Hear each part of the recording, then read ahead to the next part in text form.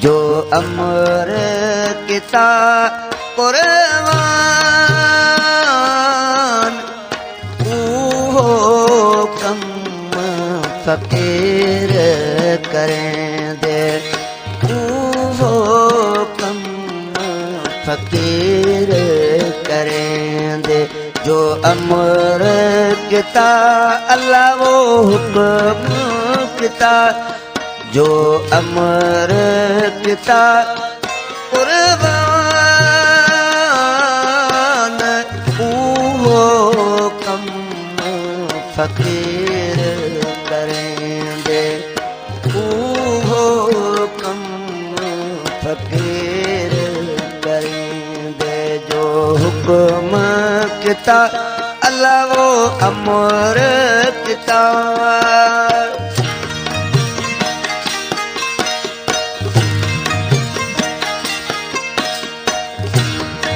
गुलशन सोमरो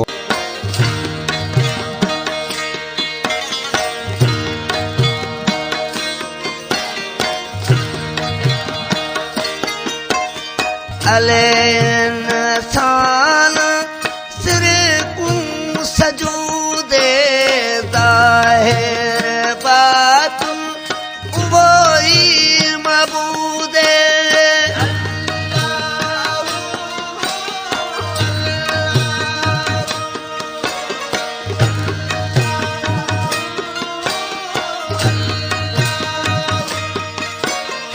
अले इंसान सिर को सजूदे ज़ाहिर बात वही मबूदे सूफी सुनाती रमज़ रबूबी सूफी सुनाती रमज़ रबूबी कुफ्र न को इस्लाम कुफ्र न को इस्लाम कुल शै मुहित वैसाख करेंदे कुल शै मुहित वैसाख करेंदे जो अमर पिता अल्लाह वो हुक्म किता जो अमर किता कुर्बान वो कम फ़कीर करेंगे वो कम फ़कीर करेंगे जो अमर किता अल्लाह वो किता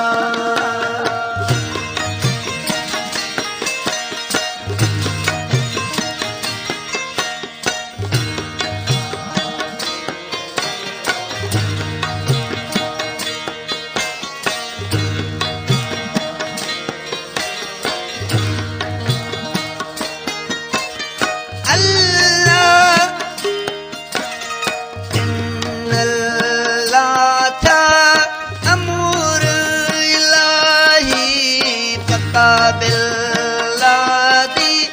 मिली है बधाई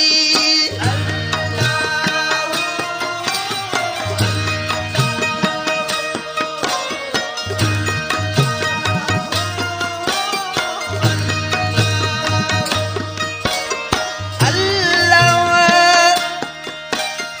इन ला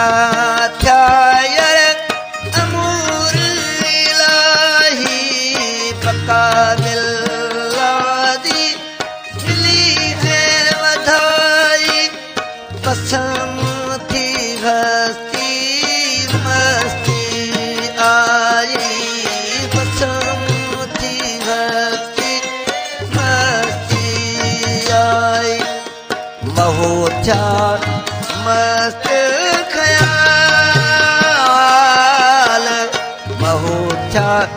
मस्त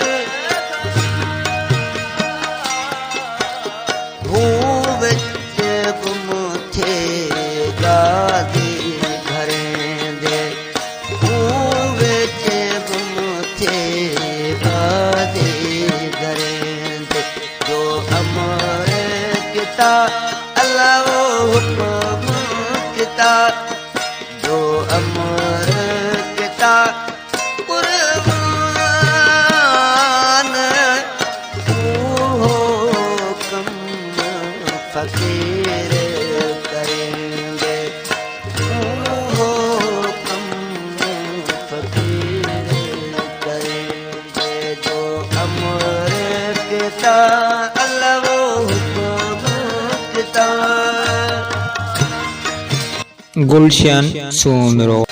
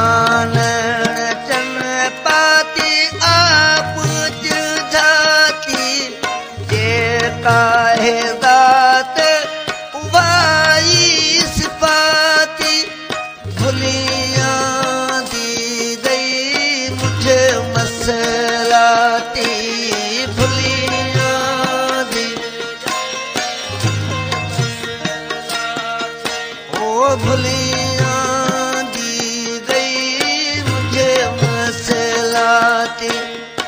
उम्र पढ़ो ने कुरान अखर न एक एतबार धरेंगे अखर न एक एतबार